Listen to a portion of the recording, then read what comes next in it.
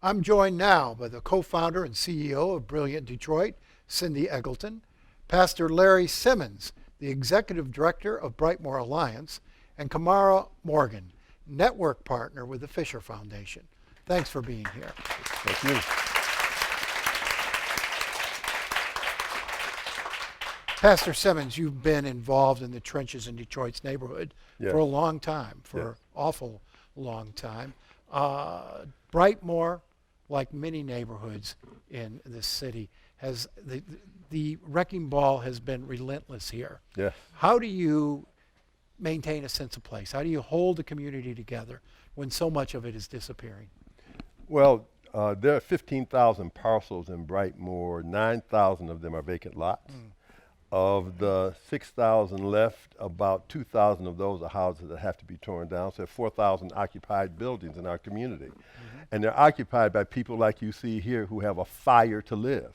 And that fire among the people who live here, that desire to come up, which is the reason for our slogan, Brightmoor Up, is what gives me encouragement. It's the people who encourage me. Their love for their children, their love for their community, and their absolute determination. They're not going to let anybody, whether they ignore them or support them, get in the way of them prospering. Is this still a viable neighborhood? Absolutely, absolutely.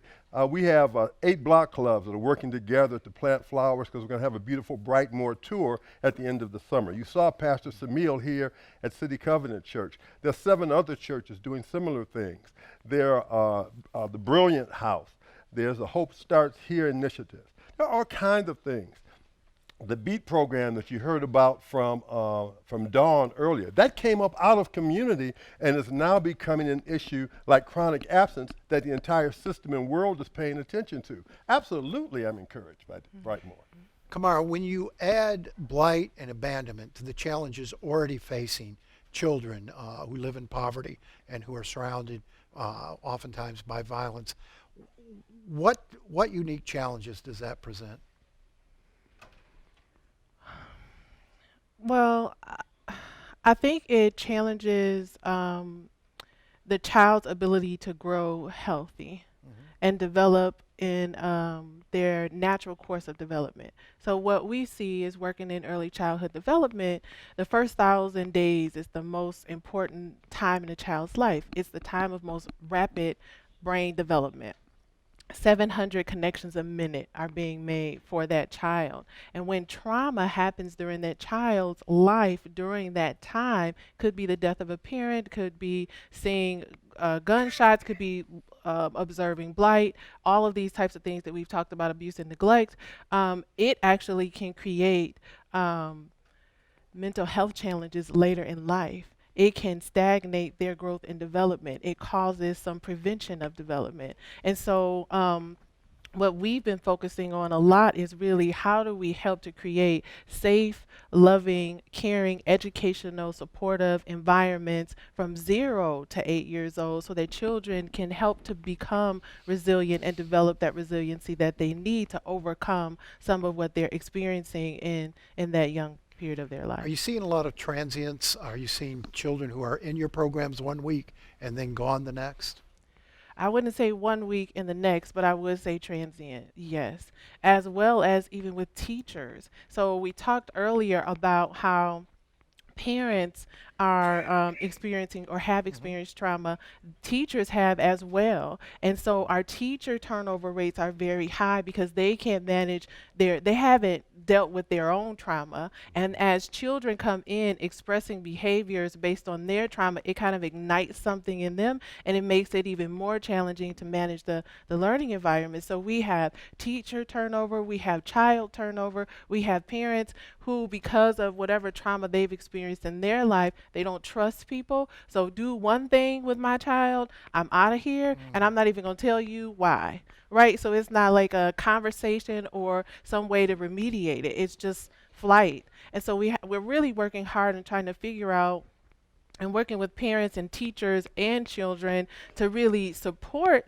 the families through the traumatic experiences, but also helping people to learn how to cope right? Teachers, how they can manage and understand their own trauma, but really create spaces in the environment that make it calm and peaceful, how to manage some of those behaviors, how to work through, and how to have supportive learning environments for children. Do we have the ability yet to follow a child throughout the city as the family moves, to follow that child from program to program and make sure there's an uninterrupted, the services provided are uninterrupted?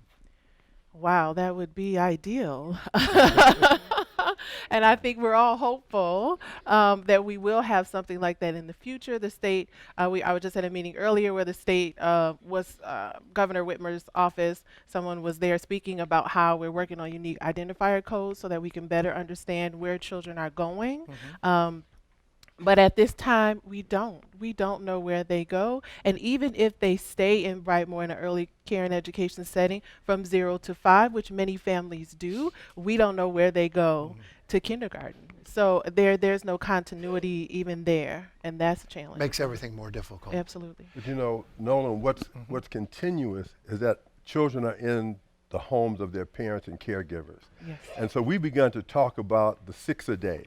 Yes. That in every household, every day, all day, children should be encouraged. 1, they should be hugged. 2, they should be talked to. Yes. They should be sung to. They should be played with, and they should be walked. So these 6 every single day are things that help ameliorate the consequence of ACEs. And even though you may not yet be in the system, we have personal power. That's the thing that made, that's why Brightmoor survived, is because people with personal power took control. So we say, look, in your house, love your child up. Cindy Eggleton, brilliant house embeds in the community. Yes. So you actually, the house is located on a neighborhood street. You're not on a, in a shopping mall somewhere or a strip somewhere. You're right there in the neighborhood. How is that approach more effective, perhaps, than some of the other approaches? Yeah, so I tell people all the time that I'm distressed by all the statistics we hear, but I am so encouraged. I actually feel I live a fairy tale because I'm able to see people coming together, and here's how I will say it's different. And this man here helped us get our Brightmoor location up and running, so it comes from the neighborhood.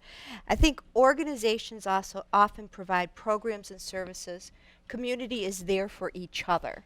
What we're trying to do is merge those together. Okay. We have multiple partners coming together, offering all those things under one roof, belly to 8. But what really is at the essence of that, and Brightmoor is so strong as a community, is we have to be there for each other. That's where the people power comes.